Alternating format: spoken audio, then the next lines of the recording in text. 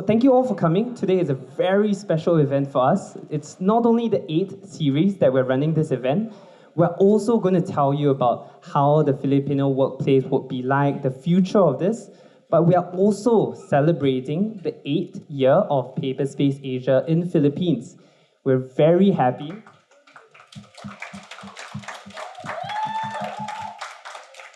I think most importantly of all, we're very happy to have all of you here to celebrate this event together with us. So we hope that you take away a lot of value in all the sharings and also ask a lot of questions to our panel of speakers here today.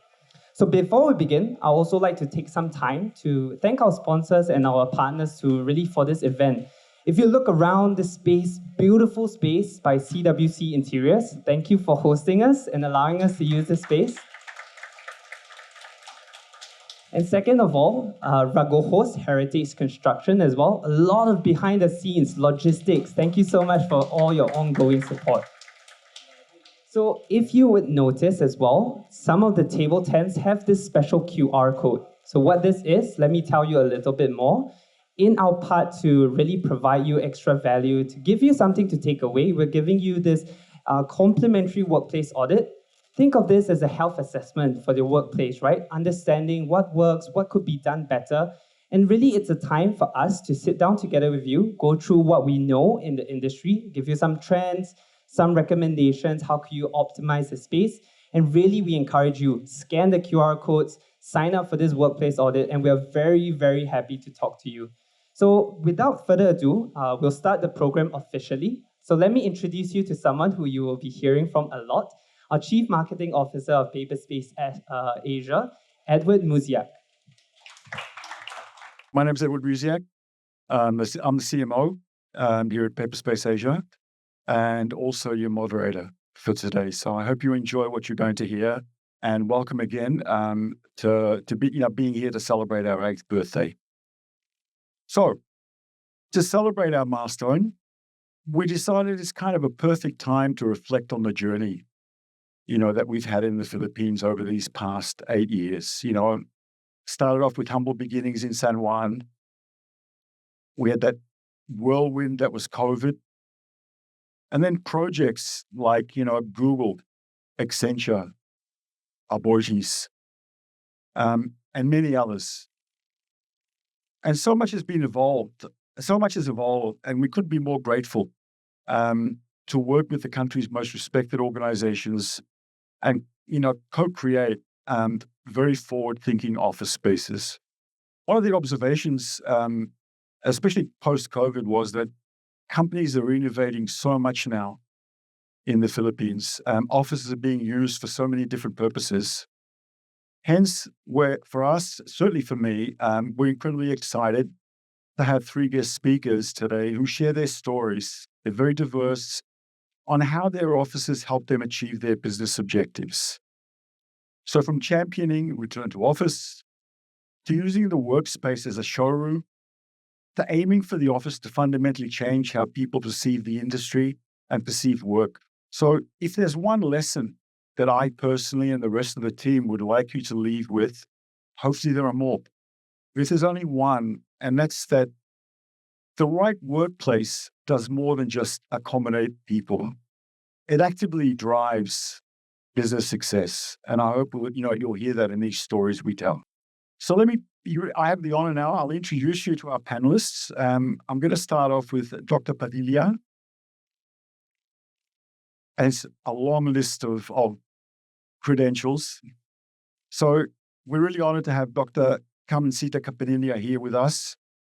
She's known to many as Professor Emeritus at University of Philippines, Manila, and as one of the Philippines' national scientists. But beyond the titles, she's leading really an incredible transformation here in the Philippines, which we'll hear about. And that's the new UP National Institutes of Health workspace, actually their headquarters.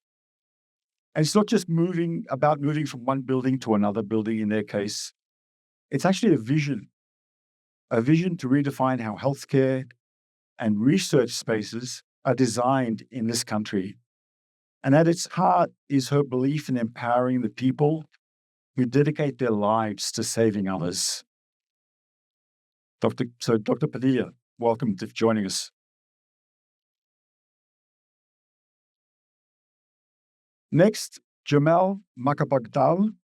Jommel is someone who knows the workplace transformation world inside out. As the former country head of CBRE Philippines, Jommel helped launch and build that business into one of the most respected firms in the country. Today, as CEO of Mac Management, he continues to shape how projects are delivered with an eye on strategy, execution, and impact. He's got over 2 decades over 2 decades of experience and brings with him stories of bold decisions and practical lessons that cut right to the core of what makes transformation succeed. Welcome to the stage.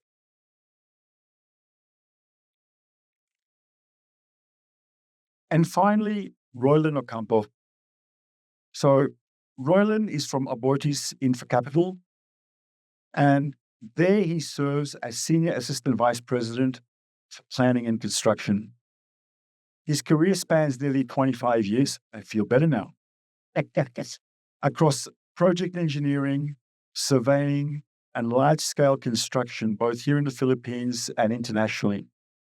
At Aboitiz, he played a key role in the new Makati Hub consolidation project, where they gathered hundreds of employees across multiple business units and housed them in one area. It was all designed with a complete return to office mindset in mind. So you can imagine how difficult the challenge that was, and we're going to hear about that story. Welcome. Thank you.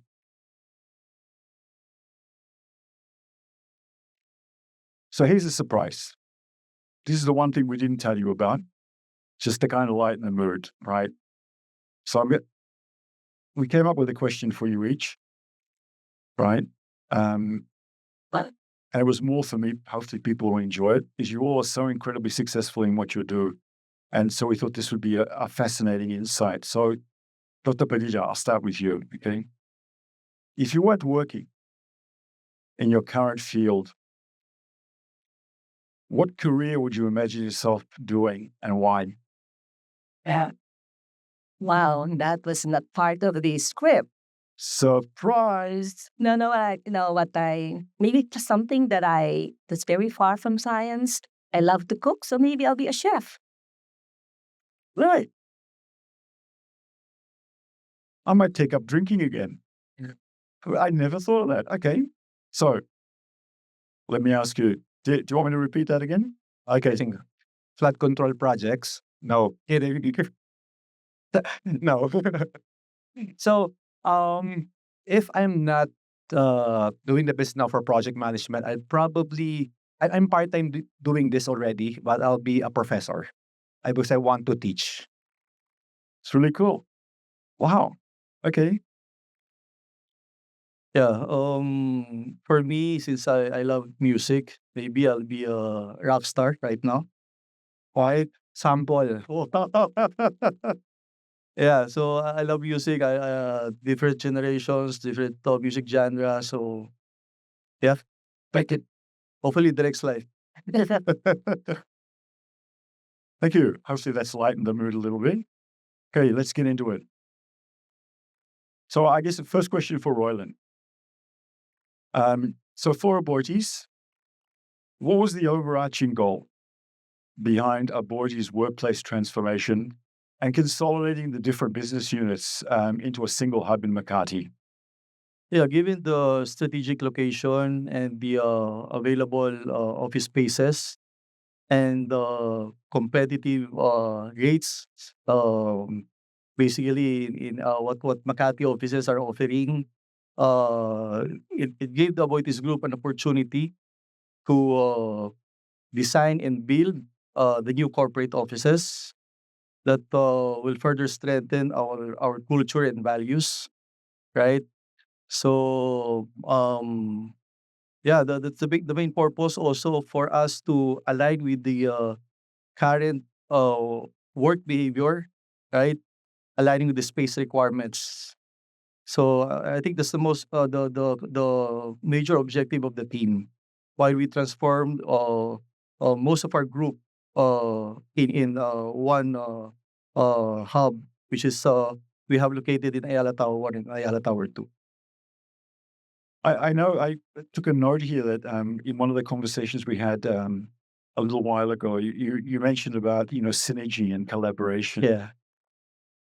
Yeah, so basically, some of you might know Aboitiz group has lots of business units, right?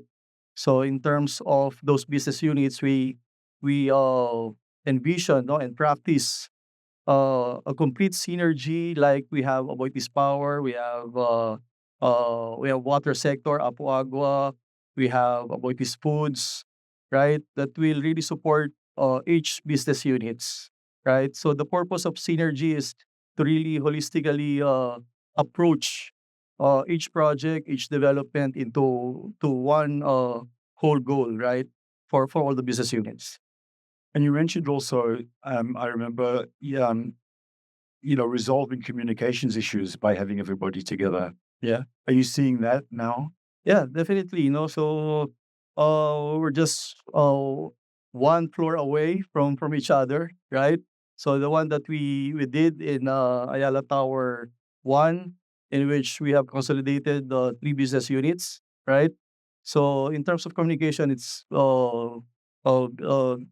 been easy for us to communicate in terms of collaboration, strategy, right, planning, so all those things. And the last one that I wrote down here was, you mentioned adapting to the work from home environment, where employees were used to that environment. Do you want to talk a little bit about that? I found that really interesting. Yeah, so when we started this project, we conducted interviews, right? Checking the requirements of the millennials, the Gen Zs, right, and the Gen X, right, on what do they expect for what workplace would be, on how it can provide, a more productive or more collaborative, right, and for them to have a homey feeling, right, because nowadays that's the most important aspect of a workspace, that you support the comfort and well-being of the employees, right? Why Makati? One Makati. Yeah. Why Makati? Why Makati? Why Makati? As I mentioned earlier, no, in terms of the strategic location, right, and the more competitive rates that the Makati offices can offer. Thank you for that. Dr. Padilla. So could you share the vision that you had for transforming your workplace and why you felt it was important for a government office to take that step? Okay, so I'm a physician, but I actually am the head of the university. And when you're dealing with thousands of people, we're all stressed. I've got the hospital and the research space. You want a space where they can go and release the stress. So for me, a workplace transformation is important to have better outputs, and something that people who come to work 8, 10, 12 hours a day, we look forward to.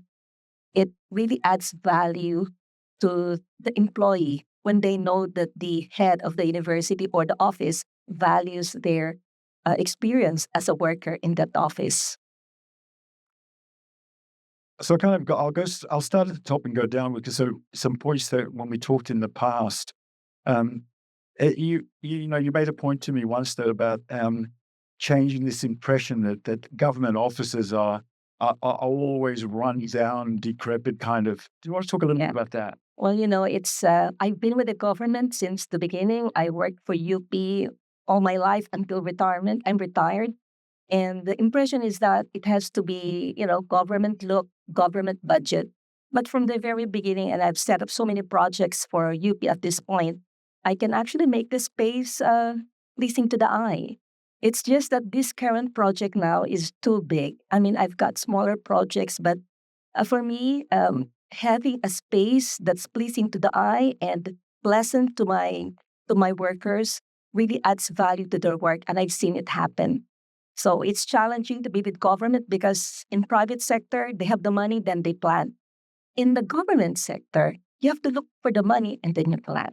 And that's why I worked with Paperspace, and it's without money, we started planning. I think that's the important part that put the value in my relationship with Paperspace. I'm going to pick up on that in a minute, but I took a note of some words that you mentioned. I thought they were really cool, and I'd love you to talk a little bit more about it. You said the workplace is crucial to doing good work. Do you want to elaborate on that? Well, I feel for my people. I've got people who've stayed with me all their life, and it really puts it makes a lot of difference. And being in a government setting and seeing that the boss puts value in their workspace is really very important. So I've done it before in smaller scale, so I'm not giving up on this one. It's just so big that I need a partner. I need partners actually to make it happen, but I'm not giving up. So I'm going to come back to, you talked about, one of the things that we try very hard is not make what we talk about a sales type, discussion. But I learned something here about this relationship. I wasn't involved in it between, NIH and Paperspace. And I've written down para sa bayan. I speak Polish and English, so you're going to have to take this. Do you want to talk about that, please? Yes. It's really great. I mean, I didn't really know Paperspace before. They were really introduced to us as a potential designer for the building. It's worth 4 billion, okay, 17 stories, and I really had no designer. But the first time we met, we clicked actually, and the quote that we used on that day was para sa bayan. They saw how pitiful our workspace was, and we're doing this for the country. The NIH is a hub for solutions for health problems of the country. With an old building, a round-on building, we produce the solutions for the Department of Health. So what more with a beautiful space? And that is our tagline, right, Karen and Joel? Para sa bayan. We're doing this for the country. We're not doing this for ourselves. And we need more people to think that way so that we can have a better space for our researchers. They put so low value for research and science. But during COVID, you saw it. Without science, without research, we could not have gotten the solutions. So, para sa bayan. Last one I'd love you to tell very briefly, just in a story, is getting the money for it, because it really made. I mean, he's smiling already. Please, if you could share that, because I love it. Well, one of my strategies in life is I share my vision with anybody I meet. I mean, it doesn't have to be a small person, a big person, but I tell them what I dream for the country. I've really set up many things for the country at this point. And sharing the vision is actually the strategy. And I found a UP president who gave me $1 billion as a start. I've got a second president who's giving me $500 million again. But of course, I know that that's too big. That's for government to pay for. But for the designer, I found somebody who felt the way I felt, that, we can make things happen without money, because I've set up many things in the country without money at the beginning. So I knew this could happen. So again, para sa bayan. So basically what you're saying is it started off with no money. Yes, I've actually set up many things without money in the country. So I'm not giving up on this one. So it's if you say that money is the first step, it's wrong. It's really a good idea. And you sell your idea. You never know when you will get the right person who will say, I believe in your idea. But with the many things I've set up for the country, this is really smaller than what I have set up for the others. So the quote is, para sa bayan. Thank you. It's great.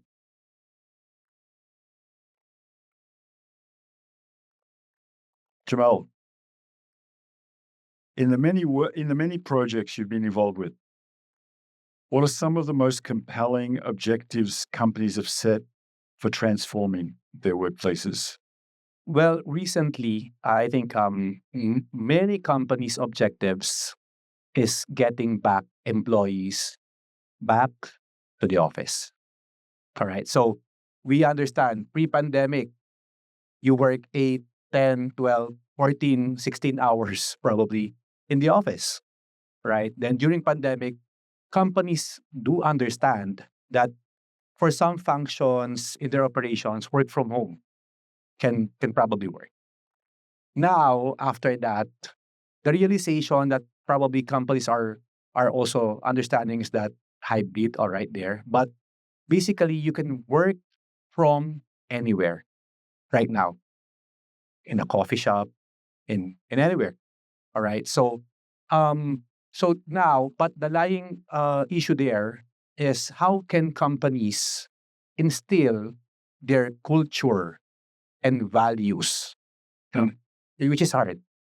All right. If you do just see each other from Zoom, from Google Meets, or online. So I think that's a compelling first objective that companies are trying to do is getting their employees back to the office. Which I think just to set a case study wherein we delivered a project together with Paperspace recently. From a dated office, we transformed it to a hotel-like feel office, wherein when employees come in initially, it's like the Gen Zs are taking their selfies. I was like, okay, nice. And they're probably posting it in their Instagram, TikTok, or wherever. So now office can be used as an avenue to show for the company to show how important and how they value employees. All right. And then aside from that, so I think the third one that I want to point out on a case study, workspace now objective is also about efficiency. Right? As I mentioned, you can work anywhere. So we have a client wherein they are actually increasing their headcount from 10,000 to roughly around 15,000 headcounts right now, but they are reducing their space. All right? It doesn't mean increasing headcount, you should increase your space. So what's happening is they're transforming their space. So we have their, like before, their cubicles, their own desk. So we transform their space into a more collaborative space. There's desk where they will meet and then discuss. So I think so. Those three things are actually a key for key objectives for clients that we work with. Definitely. So I think that's one is basically attracting people back to the office, making it as a venue to show how they appreciate their employees, and then not of course minding that there should be efficiency in terms of their space. One of the things that I took note of earlier when we were talking, and kind of in sync with what Dr. Padilla mentioned, was you mentioned about getting people to come back to outdated offices, right? And do you want to talk a little bit about that? If you had an outdated office, how are you going to get them to come back? Yeah, it's hard to. I mean, if you are going back to the office, there was actually a discussion before in one of our forums that if you want your employee to resign, you tell them back to the office full time.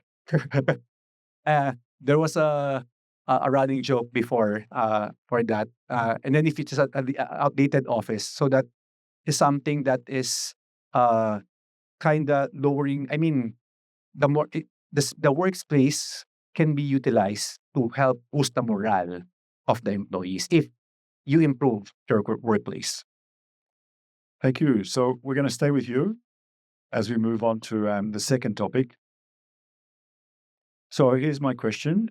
From your project management perspectives, what specific strategies have you seen work best in aligning a new workplace design with a client's business objectives? Strategies. So I think first again, efficiency. All right. So as I mentioned earlier, that client I'm mentioning is actually, despite reducing their headcount, they're even getting badges like Great Place to Work with because they're upgrading their space, state of the art technology, making it an improvement. So that even if they reduce space, the employees will feel like it's an upgrade still. The second strategy that we observed a success in terms of workplace strategy if the companies are implementing appropriate change management. All right. When they say change management, I had we know people from, like, for example, banking institution. They are used to, like, in their office, they have their own cabinet, their own room. They would put their shoes there, like 10 shoes can fit in. Um, how many? Some are guilty ata. Sorry. And then they're feeling they're having clothes inside there. So then we realized that actually I heard some complaints wherein senior management or management are complaining from a space that I have to not even a dedicated desk, and then storage of a locker and a mobile pedestal. How can it work for me? So right. So if there would be a good change management process to make sure that what I mentioned earlier, it's an upgrade.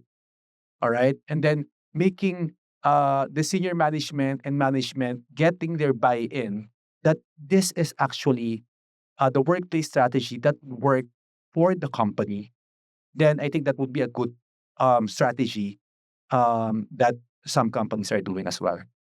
And then lastly, I want to about the point that Roylan mentioned earlier.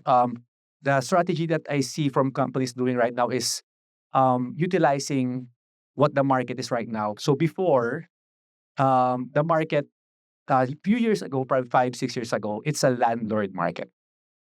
When they say landlord market, landlord dictates the price, the terms, and especially during, I can say, probably when the POGOs are still here, because the vacancy rate are quite low. But now, um, the strategy that corporate company and companies are doing is actually leveraging on the market that with the vacancy rate right now, the discounts are quite high. It's competitive pricing right now. We have a client wherein they never thought that they can be in a grade A or grade B building, but with the discounts, oh wow, they grabbed that opportunity and then moved to a better location, better building. Then even they are negotiating for longer terms. What I see, not just typical 5 years, probably five of it, 10, and even 15 years. So I think those three key strategies are what we are observing as well in terms of what's happening in terms of the market.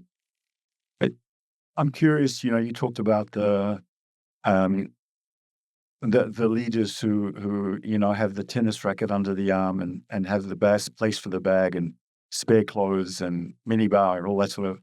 How have you seen the strategies work to adapt to a new style of workplace?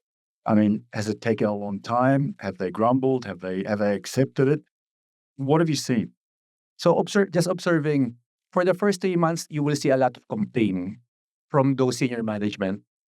Okay, I think I don't know, doctor, if it's a nature for us. If there's a change, we're hesitant to change. All right, so I think that's the issue. For the first 3 months, I think there would still be that hesitation or challenge in terms of that change because from a big space to a small space, I mean, it's a big change for them. But after probably 6 months, parang ano lang to, no, yung girlfriend split for 6 months, denial, bargaining, etc. So normally, after 6 months, that's what we see that they are now more accepting because they're getting used to it, and they now realize the value that hey, you don't have dedicated desk. It means also I don't have to be there daily. I can have time for my family. I can have time for other activities and hobbies as well. So I mean, but still be efficient. So I think that's now what I'm observing is that 3 months you'd see a lot of complaint, but after 6 months you will see acceptance among those senior management. Thank you for that. Dr. Padilla, how did you use design to make government offices reflect reliability and inspire both employees and the public? Well, what we did with Paperspace was look at what is an ideal workspace, which should not just be a table and a room, but to allocate space for collaboration. So we had dedicated spaces for meeting, non-negotiable. So it was interesting when we were planning the floor, people will say, that's an empty space. Can I have that? And we say, no. Those spaces are non-negotiable and they're supposed to be collaborative spaces, one at the back front and one at the back. So I think the challenge is change. I totally agree. And that's why there has to be a change management seminar for them. And that I totally agree there will be resistance at the beginning. And it has to happen. It's just nature that you don't like change because change is painful. But if they realize it's for the better, well, I think they will agree eventually. One of the things you talked about was, to allow for ideas to flow and relationships to be built. And I remember you mentioning that, and there were so many parties, not just the internal, but external parties. Do you want to talk a little bit about that? Well, even in science and even in my meetings, there are many ideas that come out after the conference.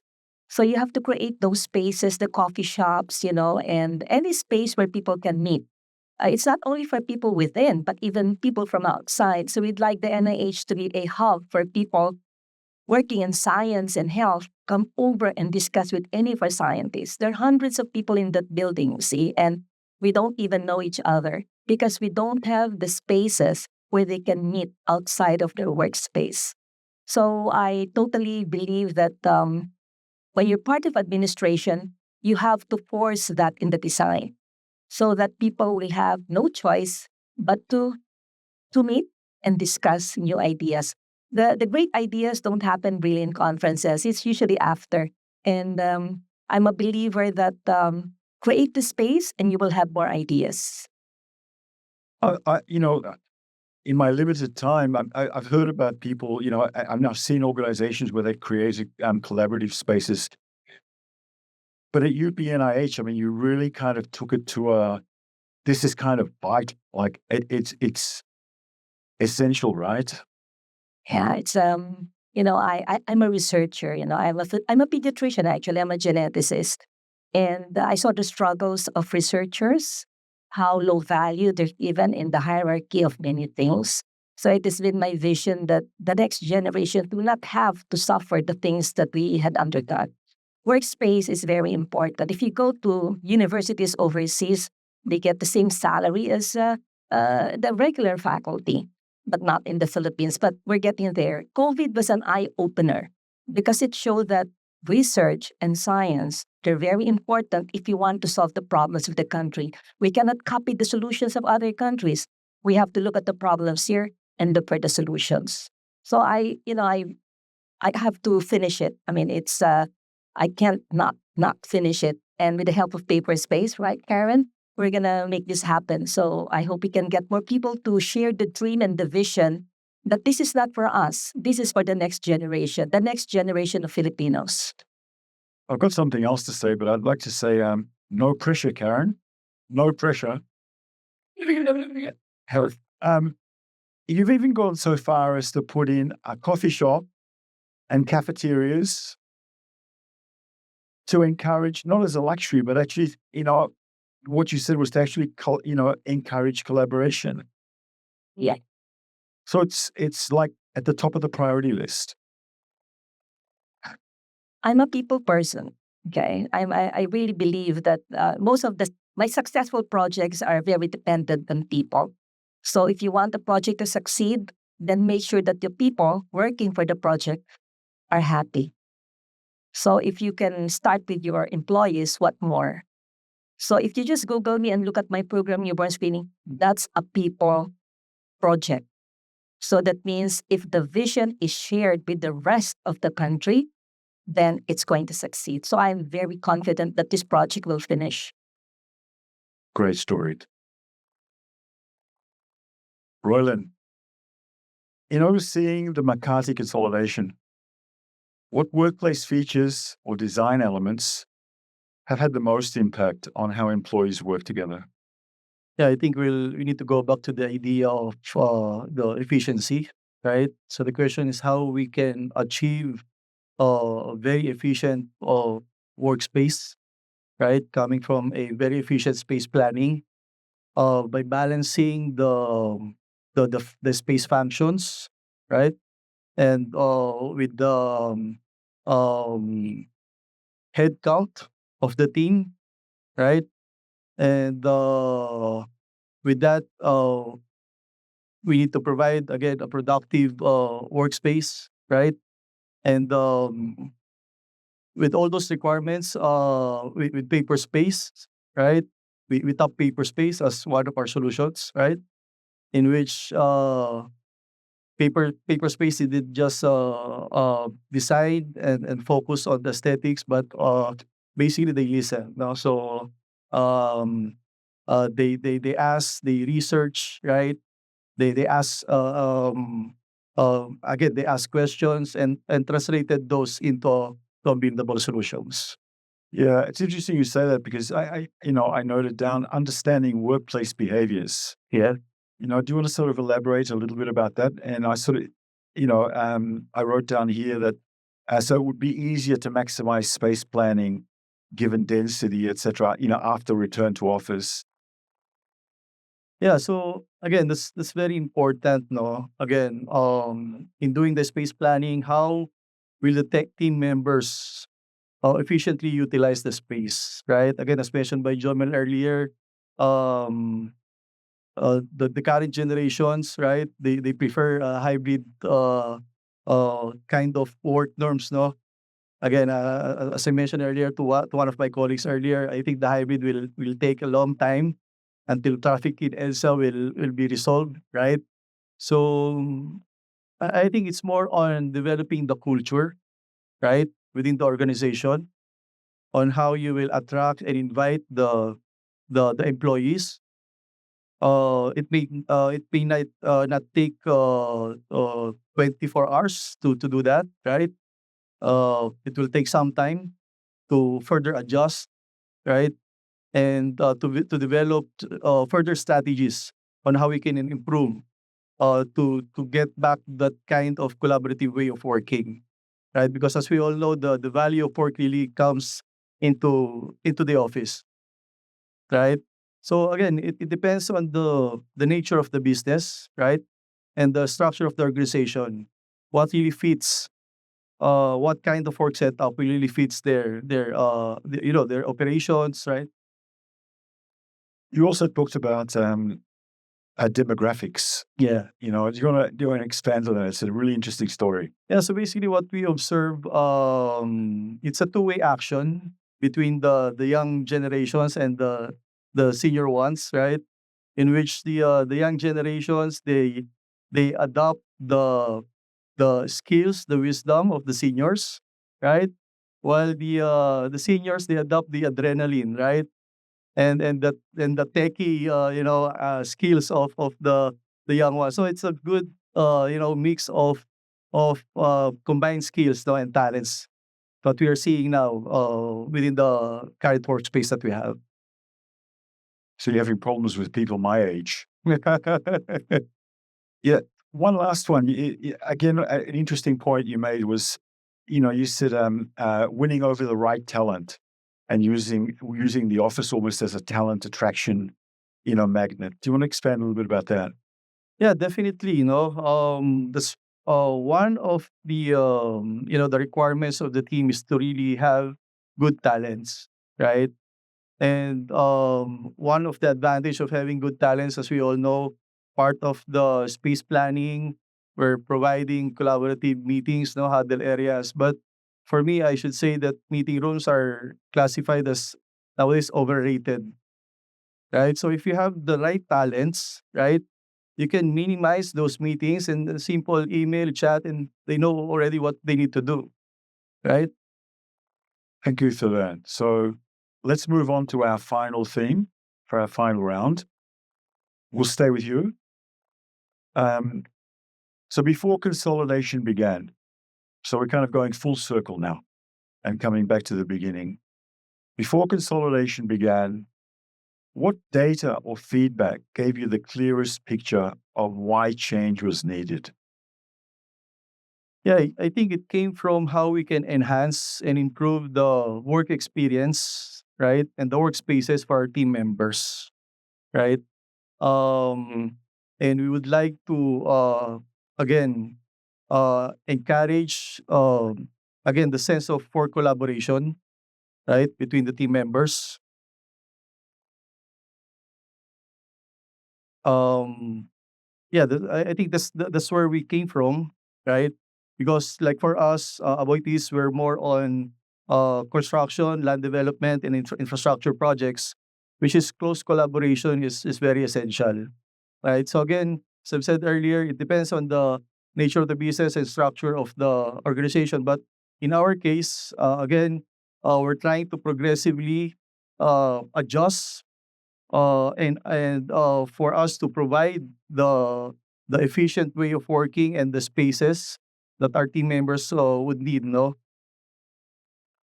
You broke up, that transition, you know, so that employees got used to, working in the office again. Do you want to explain like what that meant? How did you do it? What were the sort of specifics of breaking up that transition? yeah, basically, when we start planning to transfer in Makati, we ensure that we set the expectations at the onset, and we remain the value, we retain the value, no, and the culture that we would like to impose with our employees or team members.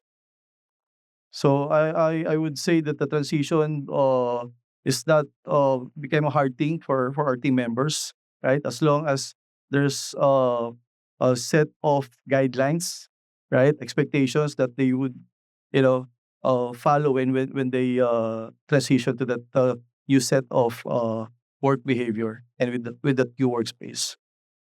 I know that one of the two of the components of the vision was improvement in efficiency and morale. How did that go? I mean, now that people have gone, they're in the hub. What were the results? Well, in our case, right, people are very excited when the new offices were built, no? And again, having the culture that our management were able to like to impose to us, right? The collaboration started to magnify within our team members, right? And basically they started to come into office, right? But the concern is how we can balance again the space versus the density or the numbers of employees that would like to come back, right? So again, for as an advice or maybe for our next projects, I think it's a matter of proper alignment of the space versus the head count. And what structures would you like to implement with your team members or within the organization? I have to ask this. Did you have problems with the guys who came ex big office and had nowhere to put their tennis rackets and their shoes and their clothes, their sports bag? I mean, I know I'm being silly, but it went smoothly. No, we don't have that kind of. Maybe it's you. Okay. Thank you for that. Yeah. Jommel. So when you start new projects now, what early assessments or discussions help clients pinpoint the gap in their current workplace? Gaps. Okay. So I think the first discussion typically we have with our clients in addressing workplace for their gaps is headcount. Okay. Because I think if you increase headcount or decrease headcount, your workplace might be affected. So I think that's the first drive when we had discussions like we have projects where we're gonna have this increase in headcount. So they've got to review their space efficiency. And then if there's a requirement to increase the space, then they have to increase the space. That goes as well if you need to reduce the headcount. And another metric, I think, that's be addressed in terms of the workplace strategy, a gap. This is something actually personally that I might have overlooked at before in my previous company. I mean, initially, is about the HR engagement metrics. Okay, engagement surveys. All right. Before, actually, first three years in my previous roles, like as long as the numbers, financials were exponentially growing in terms of revenue, the team is growing rapidly. We have the engagement survey done by a third party for us, like on the average initially. Then pandemic hit. All right. Then I can sense the morale of the team was down. All right. And then that engagement survey was down as well. So that engagement survey, I won't go to the detail, but it helped me now focus on what we need to do and be purposeful about it. Right. So when we address those gaps about how you engage with people, having regular one-on-ones, leadership, so on and so forth, because workplace is not just on the workspace. Right? You talk to your people. I mean, the workplace right now is beyond the space. All right. So now when we address those metrics, I think what I consider probably one of my biggest achievement in my corporate life is when we addressed those. We had an engagement survey result in 2022 of 94%, and then 2023 of 96%. You know what? Ed, that translates to a better customer satisfaction rating as well. We were giving client surveys, and then when it came back to us, before I left, it's at 94%. So if you keep your employees happy, then they will keep the clients as well happy. So I think that helped me now. Those gaps, so headcount and then the gaps of engagement survey helped me to develop that business goal. If I have three business goals, even now that we're trying to implement in the company, first, of course, numbers, financial. Second is our reputation in the market.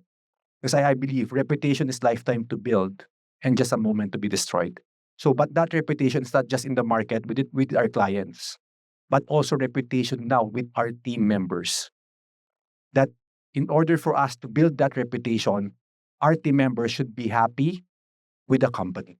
So those metrics help us now in our work, and then utilizing that metrics can help us now develop a strategy that can help, and then use a workplace strategy as well. Do you think enough companies measure, quantitatively employee happiness? I mean, people talk about it, but do you think that enough actually do something to say, okay, I can justify this, or I know where the headspace is at? To be fair, I think pandemic has negative effect for us. But during that time as well, it helped, I would say, some companies to focus now on these HR aspects, human resource aspects. Um, that's as I mentioned earlier. It's like I was taking it for granted initially, but when during pandemic, the survey came out, it has an effect on me. It's like, okay, we need to change. So probably I see that companies are trying to make having it seriously talked about as well now, more now than before. Thank you. So, Dr. Padilla, you have the last question of the entire session. What were the first, again, coming back right to the very beginning, what were the first conversations or observations that made you realize that transformation was necessary? It's not even original. The idea of the building actually happened 30 years ago. The chancellor at that time wanted a workplace for the researchers, but it wouldn't happen because there was really no funds at the time. So I'm quite lucky in a sense because it happened in my time, and so I think if you believe in something, you keep on looking for it. You have to persevere. You've got to be patient. It's easier to say I won't do it. But I guess at this point, I represent a group of researchers who want better life for the next generation of scientists because we want them to come home. I mean, if you look at all the countries around us, their scientists who went overseas have come home because there's a home to come home to. There's really not much in the Philippines. So we really believe that this workplace transformation is not only for the local scientists, but people from overseas will want to come home because they know that there's a home to go home to. And I have one right now from the US who I spoke with 2 weeks ago, who's looking forward to come to having an office at NIH. So I think, if I guess for the younger generation, because I see so many young people here, I mean, if there's something, if you've got a dream, not necessarily personal, but maybe for a bigger purpose, you've got to be very patient. And then you have to wait for the right time that you need the people who can make it happen. You made a comment, I can't remember whether it was over it when we had a meal or in some of our previous discussions, and you said that you had to share your vision, and I underlined it repeatedly. Oh, yeah, yes. Do you want to chat about that? I mean, I talk about my dreams, and maybe if I don't repeat it, then people would not know what I want for the country. So as I said, I've done a couple of things for the country, and so I can see it. If you share your dream and your vision, and it's not for your personal growth, it's really easy to share it. And if the person in front of me says no, then I give a smile and say thank you. I mean, I can really take a no, peacefully. But you just have to keep doing it. So patience is a virtue, especially for for small things and big things. But then if you don't persevere, then don't expect it to happen. And it may take a decade or 2 or 3 decades. I think it can happen. So I'm confident that this project will be completed. And I wish I can invite all of you in 2 years' time to the opening of the building. So, right, Karen? Okay. I think I actually do have another thing I'd like to follow up on, but in between, no pressure, Karen, and no pressure, Joel. I hope you were listening. So I'll finish off on this because it had a really big impact on me. You said something that really impacted me, and I remember sitting down with my 17-year-old and asked her to think about it. And I'd like you to talk about it a little bit, right? So you said, do you want to be part of a dream or a vision? And that really hit home. I didn't get it until I spent some time thinking about it. Do you want to talk about that? To be honest, I've used that line many times and it worked for me. I thought it was just for us. No. At the very point when I'm selling an idea and the group in front of me is about to say no, I tell them, I'm inviting you to be part of a dream and a vision for the country. And usually, the group in front of me will change their mind and support me because it's not personal. So I really believe that, no matter how small it is, I'm not talking about big dreams, It can be a small dream, but if you don't talk about it, don't share it, then it will never happen. And I'd like the young generation to see that life may be very difficult, especially in the Philippines, but if we work together, many good things can happen right here. But as I said, I'm doing this not for, I'm retired, but I want the next generation to see a home here in the Philippines. Because, in terms of talent, I don't have a problem. In the region, we're really world-class. I don't have a problem. But they have to see that people back home believe that they're worth the trip back home and that there's a special place waiting for them. So sharing the dream, sharing the vision is a very important strategy. Thank you. Thank you, Doctor. Thank you, rest of the panelists.